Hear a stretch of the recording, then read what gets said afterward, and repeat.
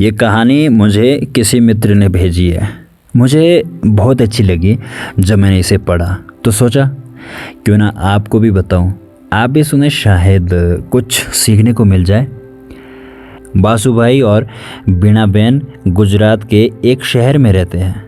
आज दोनों यात्रा की तैयारी कर रहे थे।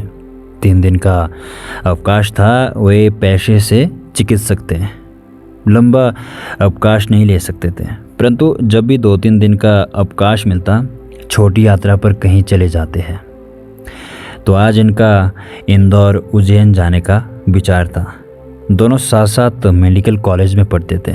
वहीं पर प्रेम अंकुरित हुआ और बढ़ते बढ़ते वृक्ष बना। दोनों ने परिवार की स्वीकृति से विवाह किया था। 2 साल हो गए, संतान कोई नहीं थी, इसलिए यात्रा का आनंद लेते रहते थे। विवाह के बाद दोनों ने अपना एक निजी अस्पताल खोलने का फैसला किया। बैंक से लोन लिया। बीणा बहन स्त्री रोग विशेषज्ञ और बासुभाई डॉक्टर ऑफ मेडिसिन थे, इसलिए दोनों की कुशलता के कारण अस्पताल अच्छा चल निकला था। आज इंदौर जाने का कार्यक्रम बनाया था। जब मेडिकल कॉलेज में पढ़ते थे, बासु भाई ने इंदौर के बारे में बहुत सुना था। नई नई वस्तुएं हैं, खाने के शौकीन थे। इंदौर के सराफा बाज़ार और 56 दुकान पर मिलने वाली मिठाइयाँ, नमकीन के बारे में भी सुना था। साथ ही महाकाल के दर्शन करने की इच्छा थी, इसलिए इन्होंने इस बार इंदौर उज्जैन की यात्रा करने का विचार किया था। यात्रा पर रवाना हुए। आकाश में बादल घुमड़ रहे थे। मध्य प्रदेश की सीमा लगभग 200 किलोमीटर दूर थी। बारिश होने लगी थी। मध्य प्रदेश सीमा से 40 किलोमीटर पहले छोटा शहर पार करने में समय लगा। कीचड़ और भारी यातायात में बड़ी कठिनाइयाँ आई और दोनों ने रास्ता पार किया। भोजन तो वैसे मध्य प्रदेश में जाकर करने का विचार था, परंतु चाय का समय हो गया था। उस छोटे शहर में 4-5 किलोमीटर आगे निकले। सड़क के किनारे एक छोटा सा उनको एक मकान दिखाई दिया, जिसके आगे वेफर्स के पैकेट लटक रहे थे। उन्होंने विचार किया कि यहाँ कोई होटल है। बासु ने वहाँ पर गाड़ी रोकी, दुकान पर गए। कोई नहीं था। आवाज़ लगाई। अंदर से एक महिला निकल कर के आई। उसने पूछा, क्या चाहिए भाई? बासु ने 2 पैकेट वेफर्स के लिए और कहा, बहन 2 कप चाय बना देना, थोड़ी जल्दी बना देना, हमको थोड़ा दूर जाना है। पैकेट लेकर के गाड़ी में गए।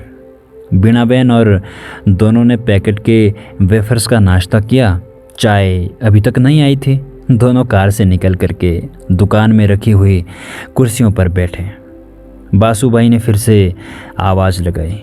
थोड़ी देर में वह महिला अंदर से आई। बोली, भाई बाड़े में तुलसी लेने गई थी, तुलसी के पत्ते लेने में देर हो गई, अब चाय बन रही है, आप चिंता मत कीजिए। थोड़ी देर बाद एक प्लेट में 2 मेले से कप लेकर के वह गर्मा गर्म चाय लेकर के आई। मेले कप को देकर के बासु भाई एकदम से अपसेट से हो गए थे और कुछ बोलना चाहते थे, परंतु बीणा बहन ने हाथ पकड़ करके उनको रोक दिया। चाय के कप उठाए, उसमें से अदरक और तुलसी की सुगंध निकल रही थी। दोनों ने चाय का एक एक सीप लिया। ऐसी स्वादिष्ट और सुगंधित चाय जीवन में पहली बार उन्होंने पी। उनके मन की जो हिचकिचाहट थी वो सब दूर हो गई।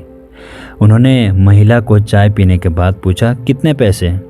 महिला ने कहा, 20 रुपये। बासु भाई ने 100 का नोट दिया। महिला ने कहा कि भाई छूटा नहीं है, 20 छूटा दे दो ना।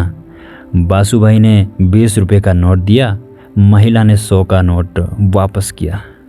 बासु भाई ने कहा कि हमने तो वेफर्स के पैकेट भी लिए हैं। महिला बोली, यह पैसे उसी के हैं, चाय के पैसे नहीं लिए हैं। अरे चाय के पैसे क्यों नहीं लिए? जवाब मिला, हम चाय नहीं बेचते साहब, यह होटल नहीं है। फिर आपने चाय क्यों बना दी? अतिथि आए ना आपने चाय मांगी, हमारे पास दूध भी नहीं था। यह बच्चे के लिए दूध रखा था, परंतु आपको मना कैसे करते, इसलिए इसके दूध की चाय बना दी। अभी बच्चे को क्या पिलाओगे? एक दिन दूध नहीं पिएगा तो हाँ मर नहीं जाएगा साहब।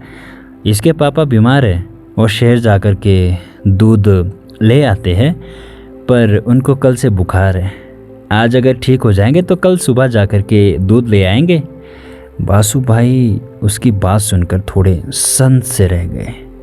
इस महिला ने होटल ना होते हुए भी अपने बच्चे के दूध से चाय बना दी, और वह भी केवल इसलिए कि मैंने कहा था अतिथि रूप में आकर के। संस्कार और सभ्यता में महिला मुझसे बहुत आगे है। उन्होंने कहा कि हम दोनों डॉक्टर हैं, आपके पति कहाँ हैं बताएं हमें। महिला उनको भीतर ले गई। अंदर देखा तो गरीबी पसरी हुई थी। एक खटिया पर सजन सोए हुए थे, बहुत दुबले पतले थे। बासु भाई ने जाकर उनका मस्तक संभाला। माथा और हाथ गर्म हो रहे थे और कांप रहे थे। बासु भाई वापस गाड़ी में गए, दवाई का अपना बैग लेकर के आए। उनको 2-3 टैबलेट निकाल करके दी और खिलाई। फिर कहा कि इन गोलियों से इनका रोग ठीक नहीं होगा, मैं पीछे शहर में जा कर के कुछ इंजेक्शन और इनके लिए बोतल लेके आता हूँ। बीणा बहन को उन्होंने मरीज के पास बैठने को कहा। गाड़ी लेकर के गए। आधे घंटे में शहर से बोतल इंजेक्शन लेकर के आए और साथ में दूध की थैलियाँ भी। मरीज को इंजेक्शन लगाया, बोतल चढ़ाई, और जब तक बोतल लगी दोनों वहीं बैठे रहे। एक बार और तुलसी और अदरक की चाय बनी। दोनों ने चाय पी और उसकी तारीफ की। जब मरीज 2 घंटे में थोड़े ठीक हुए तब वो वहाँ से दोनों आगे बढ़े। 3 दिन इंदौर उज्जैन में रहकर जब लौटे तो उनके बच्चे के लिए बहुत सारे खिलौने और दूध की थैली लेकर के आए। वापस उस दुकान के सामने रुके, महिला को आवाज़ लगाई तो दोनों बाहर निकल करके उनको देख करके बहुत खुश हो गए। उन्होंने कहा कि आपकी दवाई से दूसरे ही दिन बिल्कुल स्वस्थ हो गया। बासु भाई ने बच्चे को खिलौने दिए, दूध के पैकेट दिए। फिर से चाय बनी, बातचीत हुई, अपनापन स्थापित हुआ। बासु भाई ने अपना एड्रेस कार्ड दिया, कहा जब भी आओ ज़रूर मिले, और दोनों वहाँ से अपने शहर की ओर निकल पड़े। शहर पहुंचकर बासु भाई ने उस महिला की बात याद रखी। फिर एक फैसला लिया। अपने अस्पताल में रिसेप्शन पर बैठे हुए व्यक्ति से कहा कि अब आगे से आप जो भी मरीज मेरे पास भेजोगे केवल उनका नाम लिखेंगे, फीस नहीं लेंगे, फीस मैं खुद दूंगा। और जब मरीज आते तो वो अगर गरीब मरीज होते तो उनसे फीस नहीं लेता, और जो संपन्न परिवार के होते उनसे फीस ले लेते। धीरे धीरे शहर में उनकी प्रसिद्धि फैल गई। दूसरे डॉक्टरों ने सुना, उन्हें लगा कि इस कारण से हमारी प्रैक्टिस कम हो जाएगी और लोग हमारी निंदा करेंगे। उन्होंने एसोसिएशन के अध्यक्ष से कहा। एसोसिएशन के अध्यक्ष डॉक्टर बासु भाई से मिलने आए। उन्होंने कहा कि आप ऐसा क्यों कर रहे हो। तब बासु भाई ने जो जवाब दिया उसको सुनकर उनका मन भी उद्वेलित हो गया। बासु भाई ने कहा कि मैं मेरे जीवन में हर परीक्षा में मेरिट में पहली पोजीशन पर आता रहा, एमबीबीएस में भी और एमडी में भी गोल्ड मेडलिस्ट बना, परंतु सभ्यता, संस्कार और अतिथि सेवा में वो गांव की महिला जो बहुत गरीब है वो मुझसे आगे निकल गई यार। तो मैं अब पीछे कैसे रहूं। इसलिए मैं अतिथि सेवा में, मानव सेवा में भी गोल्ड मेडलिस्ट बनूंगा। इसलिए मैंने यह सेवा प्रारंभ की और मैं यह कहता हूं कि हमारा व्यवसाय मानव सेवा का है। सारे डॉक्टर से भी मेरी अपील है कि वो भी सेवा भावनाओं से काम करें, गरीबों की निःशुल्क सेवा करें, उपचार करें।